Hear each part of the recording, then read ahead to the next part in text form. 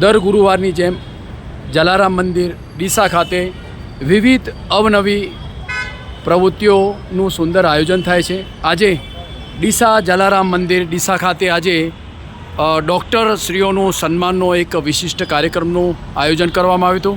મારી સાથે અહીંયા ભગવાનભાઈ બંધુ છે, એ વિશેષ માહિતી આપશે। સર, આજના કાર્યક્રમ વિશે આપ શું કહેવા માગો છો?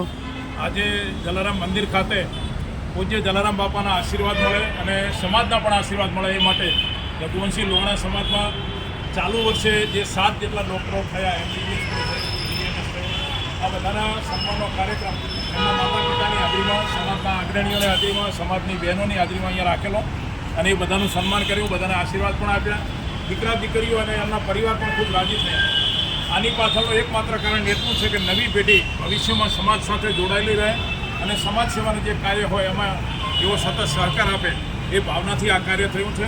તમામે તમામ ડૉક્ટર બનેલ સમાજના ભાઈઓ બહેનોને ખૂબ ખૂબ અભિનંદન, આશીર્વાદ, અઢળક શુભેચ્છાઓ। તેઓ ખૂબ આગળ વધે એવા જલારામ બાપાના અને સમાજના પણ આશીર્વાદ।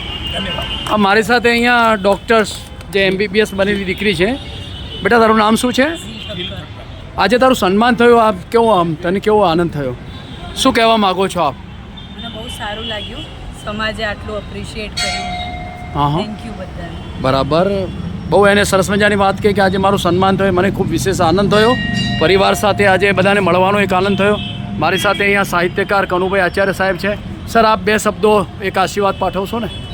સમાજના જે નવયુવાનો છે, જે ડૉક્ટર બની રહ્યા છે, એવા બધા જ દીકરા દીકરીઓને એપ્રિશિએટ કરવાનો જે આજનો કાર્યક્રમ છે, એના દ્વારા એમને પ્રેરણા મળે અને સમાજના બીજા યુવાનો અને યુવતીઓ પણ આગળ વધે એવો એનો આશય છે।